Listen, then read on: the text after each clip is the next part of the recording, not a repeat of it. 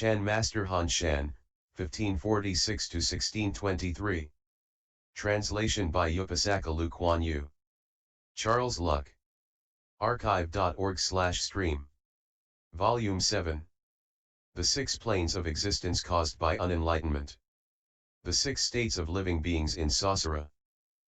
After hearing the Buddha's disclosure of the Sitataprata's esoteric seal, and of the whole truth, as the titles of the siltra, Ananda, and the assembly instantly awakened to, the state of, dhyana, the practice of which could lead to the holy stages and increase their understanding of the profound doctrine, so that they could wipe out all the troubles derived from, the first, 6 classes of delusion in the 3 realms of existence.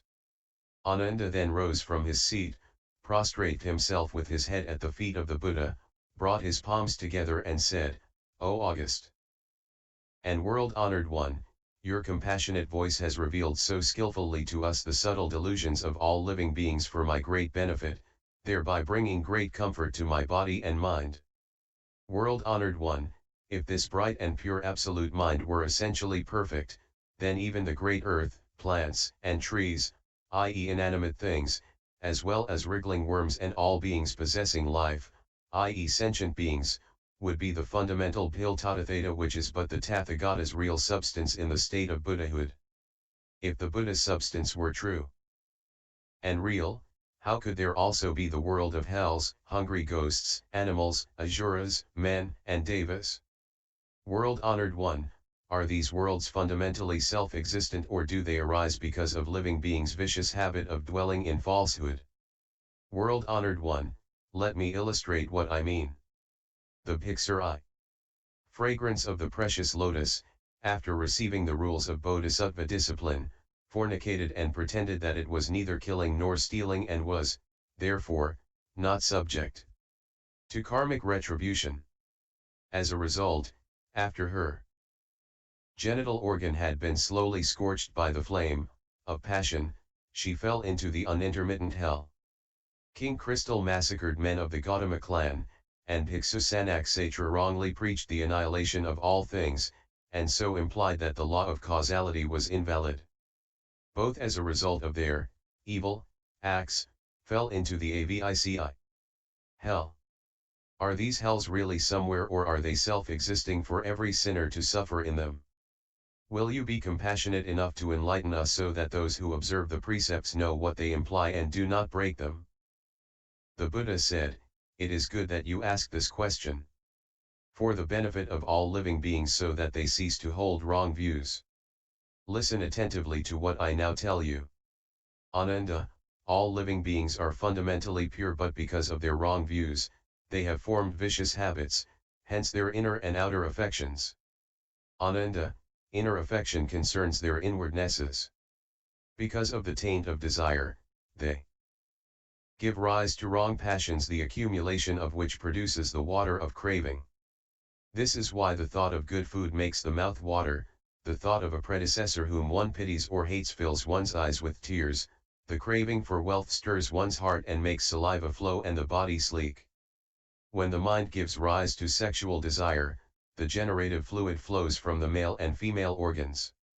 Ananda, although these desires differ, their manifestations are all characterized by the secretion of water which, by nature, flows downhill instead of up. This is inner affection. Ananda, outer affection concerns living beings externally. Their keen desires produce illusory thoughts which by continuous pursuit become overwhelming. Thus the mind bent on strict observance of the precepts makes the body light, the mind concentrated on incantations, mantra, and mystic gestures, mudra, gives a virile and resolute air, the mind set on rebirth in the heaven of gods brings dreams in which the practicer seems to fly upwards, the mind concentrated on the Buddha land causes holy realms to appear, and real devotion to a religious counselor, Kalir Amitra, leads to the willing sacrifice of even one's own life.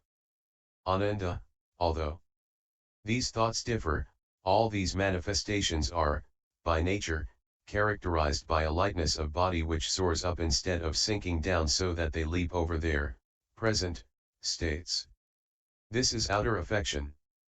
Ananda, in the round of births and deaths in Saüsara, birth is caused by the habits of passions, and death by the flow of retributive transformation.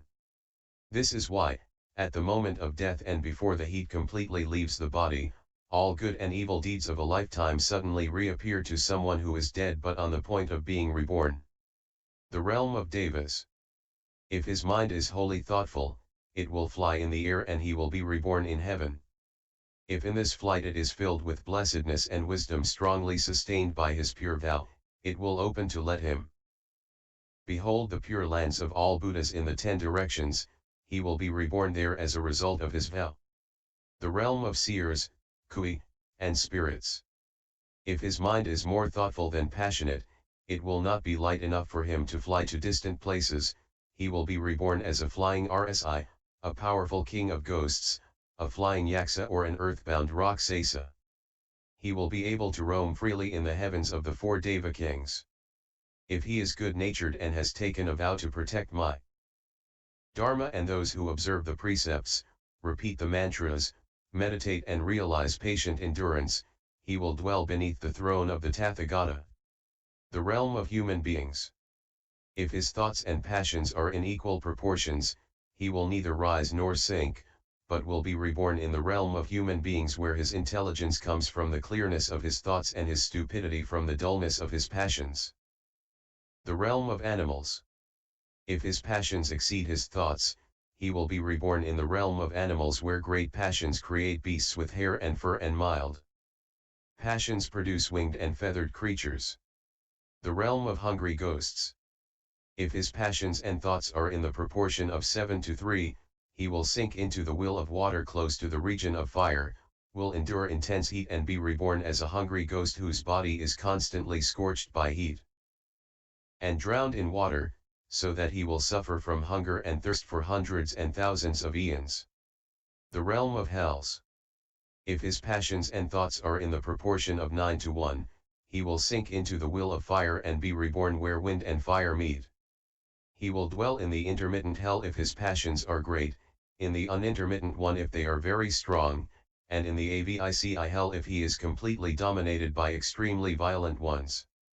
If, in addition, he slanders the Mahayana, breaks the Buddha's precepts, distorts the Dharma when preaching it to deceive his patrons for selfish gain or for fame, and commits the 5 rebellious acts, and 10 grave sins, he will be reborn, in turn, in all the avici hells. Although the above are self-inflicted retributions resulting from individual evil deeds, all sinners endure the same kinds of suffering which originate from the same concurrent causes. The 10 causes and 6 effects in the realm of hells. The 10 karmic causes of the realm of hells. Ananda, these retributions come from the karmic acts of living beings who create 10 karmic causes by their vicious habits and so suffer from 6 kinds of retribution. The habit of sexual desire. Ananda, what are these 10 causes? Lust grows into a habit because of sexual intercourse in which 2 people caress each other, thereby producing heat that in turn stimulates desire. This is like the heat caused by rubbing the hands together. The 2 habits from karma and lust stimulate each other and cause visions of hot iron beds on hot copper supports. Hence all Buddhas regard sexual intercourse as a burning fire of desire, and all bodhisattvas avoid carnality as if it was a fiery pit. The habit of craving. Craving grows into a habit because of grasping, which is a kind of suction, which in time creates the illusion of cold, frost, chill and shivering. This is like the cold sensation felt when one breathes in through pursed lips. The combination of karma and craving leads to retribution in the form of suffering expressed by crying out against biting cold and shown by the skin turning blue, red or white. Hence all Buddhas regard craving as the water of greed, and all bodhisattvas avoid it as they would a sea of pestilential vapor. The habit of arrogance. Arrogance grows into a habit because of abuse, which manifests by the oppression of others, which in time creates the illusion of restless waves which build up a volume of water. This is like licking one's mouth to make it water. The two habits from karma and arrogance stimulate each other and create visions of rivers of blood, hot ashes, burning sand, poisonous seas, and molten copper poured on the sinner's tongue. And so all Buddhas regard self-importance as the water of stupidity, and all bodhisattvas avoid it as they would drowning. The habit of anger. Anger grows into a habit because of irritation, which manifests as stubbornness, which in time inflames the heart, whose heat turns the vital breath into metal, hence the illusions of hills of knives, iron posts, trees, and wheels of swords, axes, halberds, spears and saws. This is like a man pushed by his obstinacy to avenge a wrong. The two habits from karma and anger stimulate each other and create visions of castration, hacking, beheading, chopping, wounding, mutilating, bludgeoning and striking. This is like a man flying into a rage and ready to kill to redress a wrong. Hence all Buddhas regard hatred as a sharp sword, and all bodhisattvas flee from it as from their own execution. The habit of deceitfulness. Deceitfulness grows into a habit because of enticement, which manifests as deceit, which in time creates illusions of cords, sticks, ropes and cangs that restrain the sinner. This is like a field flooded for growing grass and plants. The two habits from karma and deception sustain each other and create more and more evil deeds that deserve punishment with fetters, locks, whips, staves, birches and cudgels. And so, all Buddhas regard deceitfulness as harmful as calumny, and all bodhisattvas avoid it as they would a wolf. The habit of lying. Lying grows into a habit because of beguilement, which manifests as fraud, which in time ends in treachery. This creates illusions of filth such as dust, excrement, and urine. This is like dust blown by the wind, which screens everything. The two habits from karma and lies intensify each other and end in suffering from drowning, tossing, flying, dropping, drifting, and sinking. Hence all Buddhas regard lying as harmful as plundering and killing, and all bodhisattvas avoid it as they would stepping on venomous snakes. The habit of resentment. Resentment grows into a habit because of aversion, which manifests as malice. This creates illusions of being stoned, catapulted, shut in a prison van, trapped, bagged and struck. This is like a mischief maker always with evil designs. The two habits from karma and resentment combine and result in punishment by being tossed and hurled about, seized, apprehended, struck and shot. And so all Buddhas regard resentment as an evil spirit, and all bodhisattvas avoid it as they would poisoned wine. The habit of wrong views. Wrong views grow into habit because of misinterpretation, which covers the 5 misconceptions from the reality of the ego and objects down to rigorous ascetic prohibitions. This causes the misunderstanding of karmic effects due to rejection of the real and attachment to the unreal. Hence the illusion of judgment with proofs of evidence, which cannot be denied, as when two people coming from opposite directions cannot avoid meeting on the same road. The two habits from karma and wrong views combine to cause visions of questioning, cross examination, judicial investigation, inquiry, interrogation, and the unveiling of right and wrong in court, while good and bad counsel produce the documents and argue about them. Hence all Buddhas regard wrong views as an abyss of perversion, and all bodhisattvas avoid them as they would a ravine full of poison. The habit of unfairness. Unfairness grows into a habit because of false accusation, which manifests in slander. This creates illusions of hills and rocks which close in from all sides to crush, break, score and grind the sinner. It is like abusing the innocent.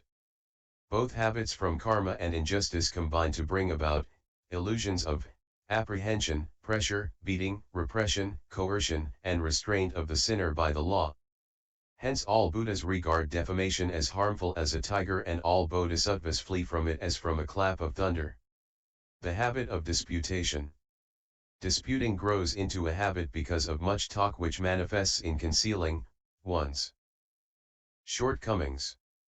This creates illusions of secrets being exposed by being reflected in a mirror or by a lamp being lit, like objects that cannot be hidden in broad daylight. The two habits from karma and disputation end in the exposure of sins, for the mirror and lamp reveal former karmic deeds for final judgment. Hence all Buddhas regard concealment as a secret enemy, and all bodhisattvas consider it as dangerous as carrying a hill on the head or walking into the ocean. The 6 retributive effects in the realm of hells.